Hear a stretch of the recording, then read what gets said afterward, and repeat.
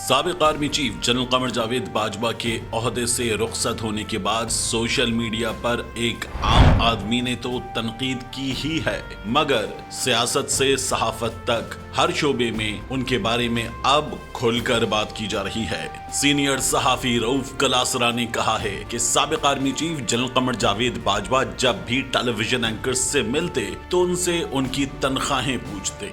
अपने TV programme में रऊफ कलासरा ने कहा कि जनरल कमर जावेद बाजवा एंकर्स से मिलते ही उनकी तनख्वाहें पूछते और जब उन्हें पता चलता कि टीवी एंकर्स 7 डिजिट्स में यानी 10 लाख से ऊपर तनख्वाहें ले रहे हैं तो उनकी आंखें फटी की फटी रह जाती।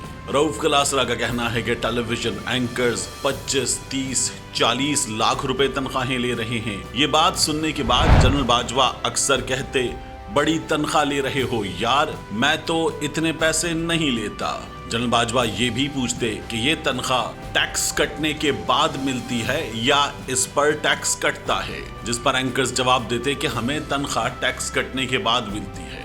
रऊफ कलासरा ने अपने तज्जिये में कहा कि ये जानने के बाद जनरल बाजवा ने मीडिया पर क्रैकडाउन किया। उन्होंने कहा कि जनरल बाजवा सोचते होंगे कि ये इतनी बड़ी बड़ी तनख्वाहें लेने वाले हुकूमतों के फैसले करते हैं, बाजियां पलटते हैं। रऊफ कलासरा ने यह भी इल्जाम लगाया कि जनरल बाजवा के इस काम में पाकिस्तान तहरीके इंसाफ की हुकूमत ने उनका साथ दिया।